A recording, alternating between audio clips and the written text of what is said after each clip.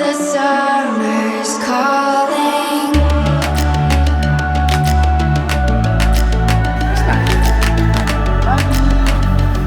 The summer's calling. If the kingdom is overthrown, meet me at the cornerstone. I know that I can't be without you. This bond is solid gold. We're a diamond and an emerald. It took me forever to find you. 'Cause when it's all over, the love that you give will be there to guide you in every way.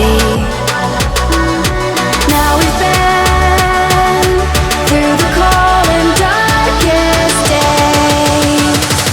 The summer's calling.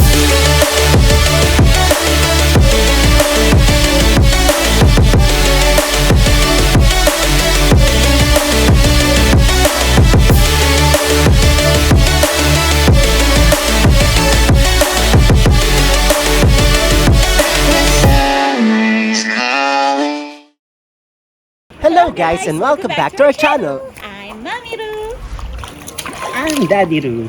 2 years ago, we got married, and although we already have this pretty little pooper right here, since there was COVID, we never really get a chance to go on a honeymoon. Anyway, since travel restrictions are now easing and It's such a summer day, so we went away down by the sea. We climbed aboard a cruise ship, and the captain said to me, We're going this way to Malaysia, Port Klang, Penang, Singapore, back to Singapore, over the Malacca Strait, on board the spectrum of the sea. If sailing on a cruise ship is one item in your bucket list, you're in luck! Make sure to watch till the end of this video cause I have a lot of tips and tricks for you. Before anything else, almost everything you do, plan. Know which cruise is right for you. There's plenty to choose from, but in this video, you'll see if Spectrum of the Sea is the right one for you. So here's the first tip. Book your cruise as early as you can. The price tends to be more expensive the closer it gets to the sailing date. With that being said, you may want to consider booking the farthest date, maybe 1 to 2 years from now. Look out for their promos as well as it can get cheaper. While booking your cruise, I know the next question you'll have is which room should you choose. If you're a cheap guy like me, you might be considering the interior room since it is the cheapest. Well, I'm here to tell you that it is totally fine because you'll get the same access to the same amenities as a balcony room. But since it is my wife's and daughter's first time to sail, I book a balcony so they can enjoy an ocean view. If you're thinking of the same upgrade, the price difference is totally worth it. Suites, I cannot tell you based on a personal level experience, but let me know in the comment section if you would want me to make more detailed comparison of each rooms. Then you may want to book your room at deck 11 or 12, so you're just few decks away from most of the venues. From here, you can easily go to deck 14 where you can devour the buffet in Windjammer or enjoy the pizza at Sorrento's, open almost 24/7. The pool is also located at deck 14 outdoor on top deck. With that being said, you may not want to book your room at deck 13 since it is right under the pool. Although I've never heard of noise complaints from the deck, I'd rather not risk. Elevators are in the middle and front of the ship. You may want to book your room closer for easy access, but it has its pros and cons. You may also want to book rooms closer to the bottom of the ship if you think you'll have a hard time with seasickness. But then again, the ship runs so smoothly you can't even tell, so I think that's not a concern. I can discuss more tips in choosing your room, but this video will be too long. So just let me know in the comment section if you're interested and I'll surely make a more detailed video just for you. Moving on, while completing your booking, you will find additional fee charged to you, and that is for gratuity. That is like the tip you give to staff on board, so you won't have to worry about them anymore during your sailing. I said you don't have to worry because we're Asians. We're not accustomed to giving tips, so we tend to worry about how much to give. Am I being cheap or is this too much? But then again, if you think the staff did their job really well and you thought of giving them tip, they do deserve it. Once you finish your booking, download the Royal Caribbean app, and this is where you can monitor and book any additional activities or diner in advance. It is also where you can find boarding instructions and requirements, including self-check-in. The requirements change from time to time, so better to just check the app for the updated one. Once check-in is available, do so as early as possible. Right now, they make boarding more organized by giving you time slot. We choose the earliest being 11 to 11:30 a.m. Simple reason is that the earliest you board, the more time you spend on board, the more value you get from what you paid for. Next reason you may want to board as early as possible is because the line builds up fast, and I know how everyone hates queuing. Print out that luggage tag and attach it before going to the terminal. I guess we're all set and it's time to go. Which one you want to bring? Lucky. And let's bring Bunny also. Bye-bye, Bee. Bye-bye, Piggy. Arriving at Marina South Pier, assuming you're boarding from Singapore like us, there will be a queue for dropping off your luggage. But since you already have a luggage tag, just let them know and you can skip the queue. Now that you're inside the terminal, there will be two more queues, immigration and boarding.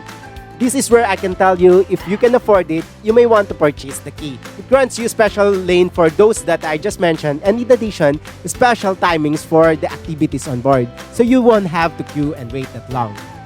Now that we're on board, get ready for another queue in the Windjammer Buffet.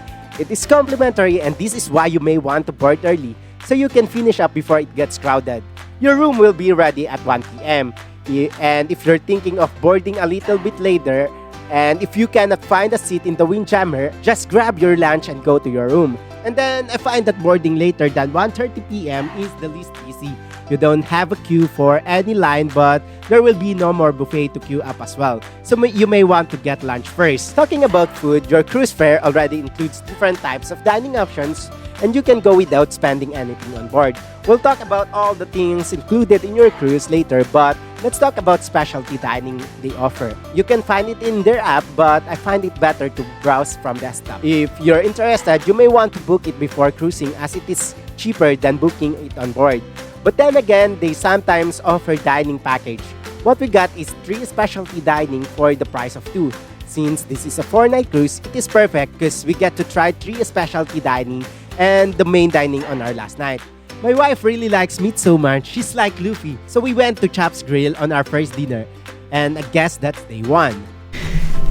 So that's day 1. Summer is sleeping already after our dinner and Mama is taking a shower. So I guess let's call it a day, and I have to make the most of this honeymoon as well, if you know what I mean.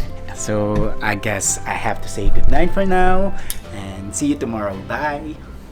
Friday! Pasok na! So while Summer is sleeping, let me tell you about what we did last night. Or better yet, let me show you what we did last night. Mommy, come over. Sit over here. What is it all about? Barin mo na yan. Ba yan? Ikaw na maghubad.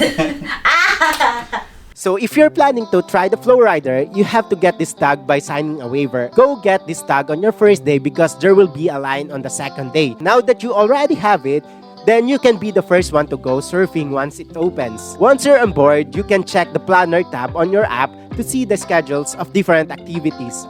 The ones that are included in your fare is the indoor swimming pool, the solarium, which is another pool but for adult only, the outdoor swimming pool where you can also watch some movies. You can find an ice cream corner near the jacuzzi near the pool. It's not always open, but since it's free, there will always be a line when it's open. On top of that is a bar where you can freshen up. Please take note that beverages are not included in your fare, so you'll have to pay extra for that. Above that bar is where you will find the North Star, which will take you way above the ship for a spectacular view. Behind the pool, you'll find a snack bar where the snacks are also included in your fare. On deck 15 is where you'll find the Seaplex. They offer different types of activities such as basketball, football, table tennis, fencing, and more. So check it out. From time to time, they prepare the Seaplex for bump cars. Check the timing because again, there will be a long queue. Port side corner, you'll find a hot dog stand and that's complimentary as well. When you exit on the starboard side, you'll find an area where you can go for wall climbing. Behind the Seaplex is where we will find ourselves again in Flow Rider. Above there is where you can try out skydiving without actually jumping out of a plane. Here's our friend Chilex. They also made a vlog about their experience, so make sure to check it out. Keep the thrill going strong with a visit to the skypad on the port side.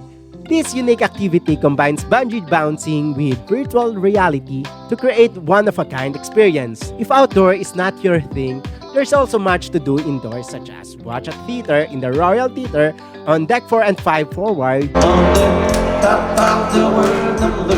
Enjoy a drink the Skunik Bar where you can enjoy classical music played, multiply your onboard credit in the casino, maybe, and either just relax or join the events in the Cafe 270. One summer was sleeping, we sneak out and try out their silent club.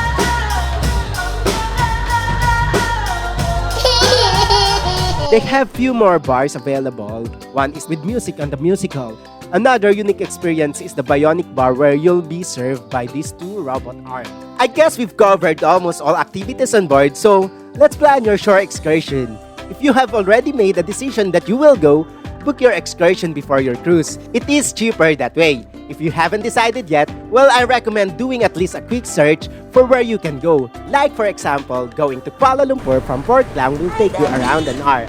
I don't know about you, but for me, I'd rather take the opportunity to spend more time trying out their activities on board with less queue. We went walking ashore at Penang on our own since there are places to go just near the terminal.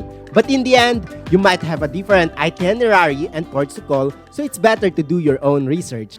I didn't want to go day by day telling you what we did, but I guess that's most of the activities available on your cruise. In the spectrum of the sea, you'll never get bored.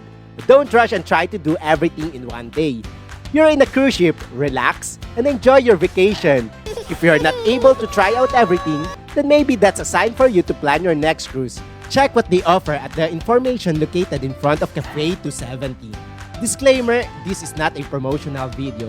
Well, I do hope they can sponsor us, but they are also not paying us to make this video. Anyway, if this video has been helpful for you in planning your cruise, it would mean so much to us if you can hit that like button. Don't forget to subscribe! It's gonna help YouTube recommend our channel to new audiences who's also planning their cruise. And from there, we can grow our channel. That means we can go on more trips and share with you our tips and tricks and experience like this. Have you smashed that like button already? That's great! So I'll reward you with this information where you can get a massage. If you're planning your cruise to just rest and relax, there's a special place on board for you. But first, let's visit Adventure Ocean where you can leave your children to play. They offer supervised care so you can peacefully fall into a deep relaxation in their spa on deck 13.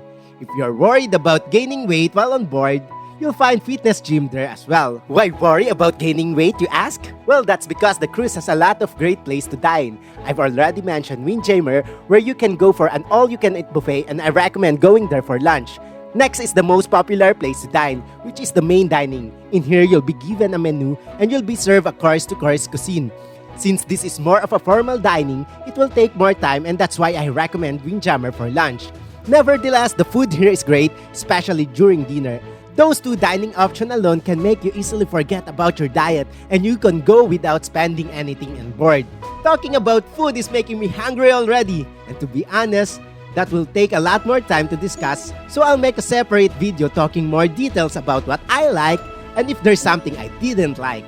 And I'll also share with you our experience in their specialty dining. So make sure to subscribe to our channel and switch that bell on so you will be notified once I uploaded the video. Anyway, we really enjoyed this experience with you, but it's time to go back home.